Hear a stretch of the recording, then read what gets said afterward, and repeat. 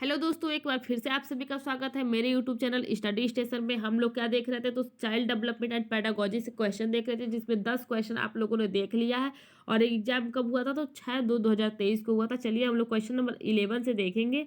और जितने भी ये प्रीवियस ईयर के क्वेश्चन है इस चैनल पे सॉल्व करवाए जाएंगे। आप लोग जाके मेरे चैनल को सब्सक्राइब कर लीजिए और अपने दोस्तों के पास जरूर शेयर कर दीजिए। चलिए क्वेश्चन नंबर 11 क्या दिया है देख लेते हैं हम। क्वेश्चन नंबर 11 दिया है आपका, तो इसमें अभिकथन दिया है, किशोरों की जेंडर भूमिकाओं व रूढ़िवादियों के प्रति दृष्टिकोण और मूल्यों को निर्धारित करने में विज्ञापन और फिल्म एक बड़ा प्रभाव डालती है। बिल्कुल सही। जो किशोर हैं आजकल के, जो जेंडर भूमिकाएं उनके के लड़का ये कर सकता है, लड़की ये कर सकती है, इन सबको हटाने के लिए, मतलब ये रूढ़िवादियों के प्रति जो दृष्टिकोण विकसित करने के लिए, उनके मूल्यों को निर्धारित करने के लिए जितने भी आजकल विज्ञापन हो रहा है और जो फिल्में आ रही हैं, वो क्या करती हैं, उनके सोच पर बहुत बड़ा प्रभाव डालती है। जिससे क्या हो रहा है, उनकी सोच चेंज हो रही है, उनकी थिंकिंग चेंज हो रही है लड़कियों के प्रति, लड़कों के प्रति। फिर इसका रीजन क्या दिया है, रीजन दिया आपका, मीडिया समाजीकरण की एक शक्तिशाली प्राथमिक संस्था है। देखिए तो देखिए एक एक बात मतलब क्या कह रहा है, मीडिया समाजीकरण की एक शक्तिशाली प्राथमिक संस्था है। तो ये बिल्कुल सही हो जाएगा। जो मीडिया है समाजीकरण की एक शक्तिशाली प्राथमिक संस्था है, इसलिए इसका करेक्ट आंसर क्या आ जाएगा, ऑप्शन ए। जिसमें क्या दिया है, ए और आर दोनों सही है, ए आर की सही व्याख्या करता है। देखिए इसमें दिया, किशोरों के लिए मीडिया समाजीकरण की एक शक्तिशाली प्राथमिक संस्था है। किशोर के लिए अगर पूछेगा कि मीडिया प्राथमिक संस्था है कि नहीं, तो यहाँ पर आप लोग कहेंगे किशोरों के लिए जो मीडिया होती है प्राथमिक शक्तिशाली संस्था होती है। ये बिल्कुल याद रखिएगा। जो उन्हें दुनिया और उसके भीतर अपनी जगह के बारे में सिखाते हैं। स्कूल साथियों और मीडिया द्वारा बारीकी से पालन किए जाने वाले परिवार को बच्चे के जीवन में सामाजिक करण का प्राथमिक एजेंट माना जाता है। इसी संदर्भ में किशोरों की जेंडर भूमिका और रूढ़िवादियों के प्रति दृष्टिकोण और मूल्यों को निर्धारित करने में विज्ञापन और फिल्में एक बड़ा प्रभाव डालती हैं। चलिए क्वेश्चन नंबर 12 देखिए, विभिन्न पृष्ठभूमियों के बच्चों को सिखाने की सुविधा के लिए शिक्षकों को चाहिए कि वे, तो विभिन्न पृष्ठभूमि के बच्चे हैं क्लास में और उन्हें सिखाना है, तो उसके सिखाने की सुविधा के लिए शिक्षकों को क्या करना चाहिए, तो ऑप्शन ए दिया है, गैर प्रासंगिक पाठ्यक्रम का पालन करना चाहिए। बिल्कुल भी नहीं, ये गलत है, तो ये भी गलत हो जाएगा। ऑप्शन बी दिया, विभेदित निर्देश लागू करें, तो ये सही हो सकता है। उसमें क्या करना चाहिए, मतलब डिफरेंट डिफरेंट तरह के आप निर्देश डालें, डिफरेंट मतलब आइडिया अलग अलग लाएं। ऑप्शन सी दिया, मानकीकृत मूल्यांकन का पालन करें, तो ये भी क्या है, निगेटिव टैग वर्ड है। और ऑप्शन डी दिया, बहिष्करण प्रथाओं का अभ्यास करें, तो ये भी निगेटिव है। कभी भी किसी प्रथा जो हो गया उन्हें बहिष्कार नहीं करना, ठीक है। तो इसका करेक्ट आंसर हो जाएगा ऑप्शन बी, विभेदित निर्देश को लागू करें, इसलिए ऑप्शन बी इसका करेक्ट आंसर हो जाएगा। देखिए दिया है, एक समावेशी कक्षा में विभिन्न योग्यताओं, संस्कृतियों, शारीरिक और मानसिक स्वास्थ्य और अक्षमताओं वाले कई विद्यार्थी होते हैं, ठीक है। तो इसका एक शिक्षक को क्या पालन करना चाहिए, तो सबसे पहले तो उन्हें चुनौतीपूर्ण, पिछड़े, दिव्यांग बच्चों सहित सभी के लिए क्या करना चाहिए, समान शिक्षा दीजिए, इक्वल एजुकेशन।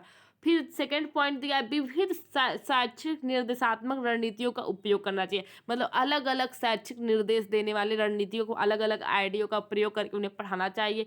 व्यक्तिगत छात्रों को सीखने की गति का सम्मान करना चाहिए। जो छात्र होते हैं उनके जो सीखने की गति होती है, किसी का बहुत तेज गति होता है सीखने का, किसी का थोड़ा स्लो गति होता है, तो उनका क्या करना चाहिए, एक सम्मान करना चाहिए। फिर थर्ड पॉइंट दिया, ऐसा वातावरण बनाना जिनमें बच्चा विविधता के साथ सीख सके, न कि सीखने के लिए विशेष वातावरण तैयार कर सके, बिल्कुल सही। फिर फोर्थ पॉइंट दिया, इस प्रकार हम विचार कर सकते हैं कि विभिन्न पृष्ठभूमियों के बच्चों को सीखने की सुविधा के लिए शिक्षकों को चाहिए कि वे विभेदित निर्देश लागू करें। तो ये था आपका 4 पॉइंट जो कि समावेशी शिक्षा में हो, समावेशी कक्षा में एक होने चाहिए, एक शिक्षक द्वारा फॉलो करने चाहिए। फिर आपको क्वेश्चन नंबर 13 दिया है, इसमें भी दिया है, कथन वाला क्वेश्चन दिया है। देखिए तो इसमें क्या दिया है, असेसमेंट, आकलन क्या है, तो आकलन को अधिगम को दिशा देनी चाहिए। किसका आकलन करना है, इससे निर्धारित होना चाहिए कि क्या पढ़ाना है। फिर बी दिया है, आकलन को सीखने से नहीं जोड़ा जाना चाहिए क्योंकि दोनों अलग अलग प्रक्रियाएं हैं। सी दिया है, आकलन को बच्चों को समान क्षमता समूहों, धीमे सीखने वाले बुद्धिमान छात्रों को पृथक समूह में बनाने में इस्तेमाल, कभी भी किसी को पृथक नहीं करना। पृथक क्या है, एक निगेटिव टैग वर्ड है। फिर ऑप्शन डी दिया है, आकलन को बच्चों को सीखने की तैयारी के लिए शिक्षण अधिगम प्रक्रिया का एक अभिन्न अंग होना चाहिए। बिल्कुल सही। जो आकलन है वो क्या करना चाहिए, बच्चों को सीखने की तैयारी के लिए शिक्षण अधिगम प्रक्रिया का एक अभिन्न अंग होना चाहिए। ठीक है, ऑप्शन डी इसका करेक्ट आंसर हो जाएगा। चलिए हम लोग नेक्स्ट क्वेश्चन देखेंगे। क्वेश्चन नंबर 14 दिया है, एक प्रगतिशील कक्षा में सीखना व्यक्तिवादी और निष्क्रिय। बिल्कुल नहीं, कभी भी व्यक्तिवादी और निष्क्रिय तो बिल्कुल नहीं। निष्क्रिय क्या जगह, एक निगेटिव वर्ड है। ऑप्शन बी दिया सक्रिय और सामाजिक, तो सक्रिय होना चाहिए और सामाजिक भी होना चाहिए। एक प्रगतिशील कक्षा कैसी होनी चाहिए, उसमें सक्रिय होना चाहिए और सामाजिक होना चाहिए। ऑप्शन दिया परीक्षा उन्मुख, परीक्षा क्या है, एग्जाम क्या है, एक निगेटिव टैग वर्ड है। और ऑप्शन बी दिया है आपका इन टेक्स्ट बुक सेंटर, कभी भी पाठ्य पुस्तक केंद्रित कक्षा नहीं होनी चाहिए। तो इसका करेक्ट आंसर क्या हो जाएगा, इसका करेक्ट आंसर हो जाएगा ऑप्शन बी सक्रिय और सामाजिक होना चाहिए। प्रगतिशील कक्षा में सीखना सक्रिय और सामाजिक होना चाहिए। देखिए इसका व्याख्या आपको दिया है, बहुत अच्छा व्याख्या दिया है। जॉन डीवी एक अमेरिका दार्शनिक में प्रगतिशील शिक्षा की अवधारणा का प्रस्ताव दिया। प्रगतिशील शिक्षा की अवधारणा का प्रस्ताव किसने दिया, तो जॉन डीवी ने दिया, जो इस बात पे जोर देते हैं कि शिक्षण केवल प्रायोगिक दृष्टिकोण से होता है। क्या होता है, जो शिक्षण होता है केवल प्रायोगिक दृष्टिकोण से होता है। इसलिए छात्रों को अनुकूलन और अधिगम हेतु अपने वातावरण के साथ बातचीत करनी चाहिए। प्रगतिशील कक्षा की प्राथमिक विशेषताएं देखिए क्या क्या है। तो एक प्रगतिशील कक्षा में अधिगम एक सामाजिक और सक्रिय प्रक्रिया है, क्योंकि प्रगतिशील शिक्षा इस बात पे जोर देती है कि ज्ञान प्रत्यक्ष अनुभवों और शिक्षकों साथियों संक्रियाओं के सहयोग से उत्पन्न होता है। बिल्कुल सही। फिर सेकंड पॉइंट दिया यह इस विश्वास पर आधारित है कि शिक्षा को मुख्य रूप से बच्चों की जरूरतों को पूरा करना चाहिए और ज्ञान और याद रखने के बजाय, मतलब कि किसी भी शिक्षा को ज्ञान और याद रखने के बजाय उसे क्रिया और अनुभवों पर ध्यान देना चाहिए। बिल्कुल सही।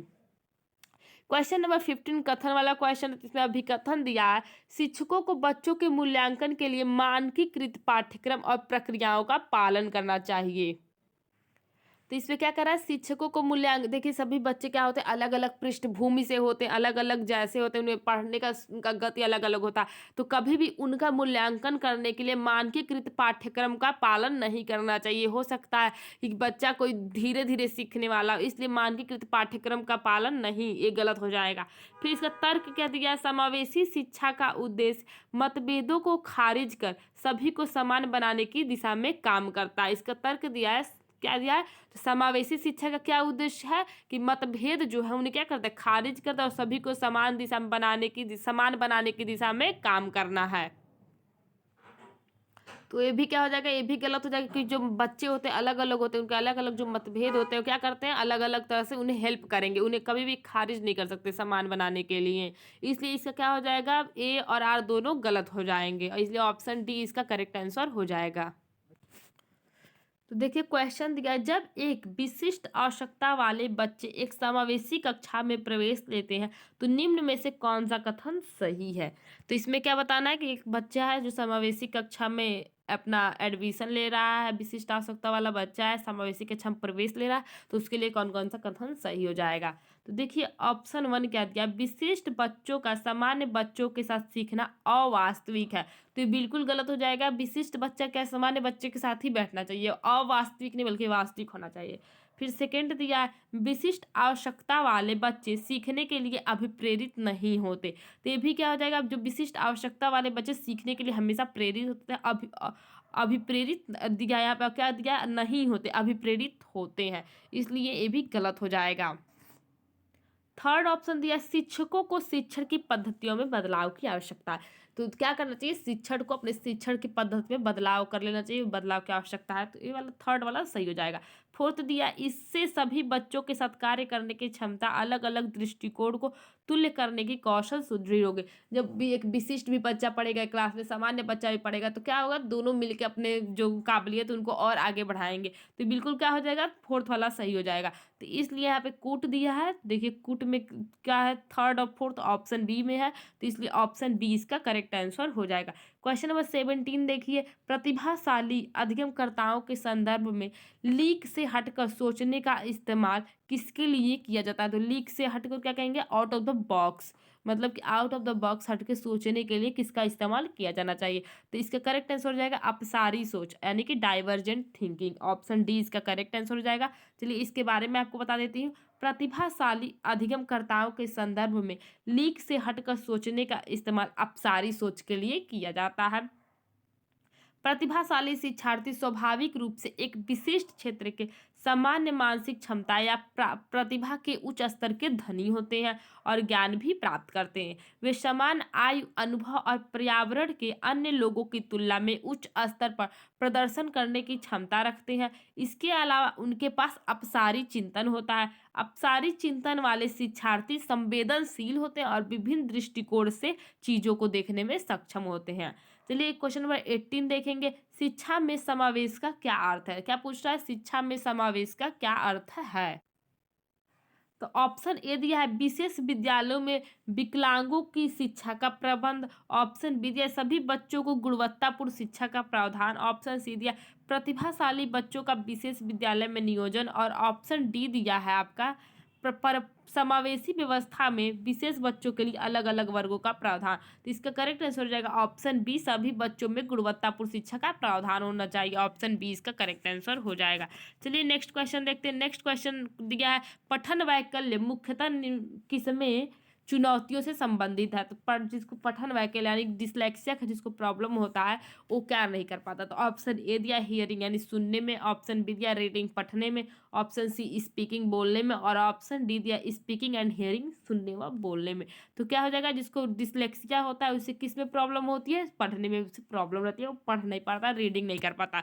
इसलिए ऑप्शन बी इसका करेक्ट आंसर हो जाएगा। चलिए क्वेश्चन नंबर 20 हम लोग अगले वीडियो में देखेंगे। मिलते हैं नेक्स्ट वीडियो में। Tata bye bye, see you.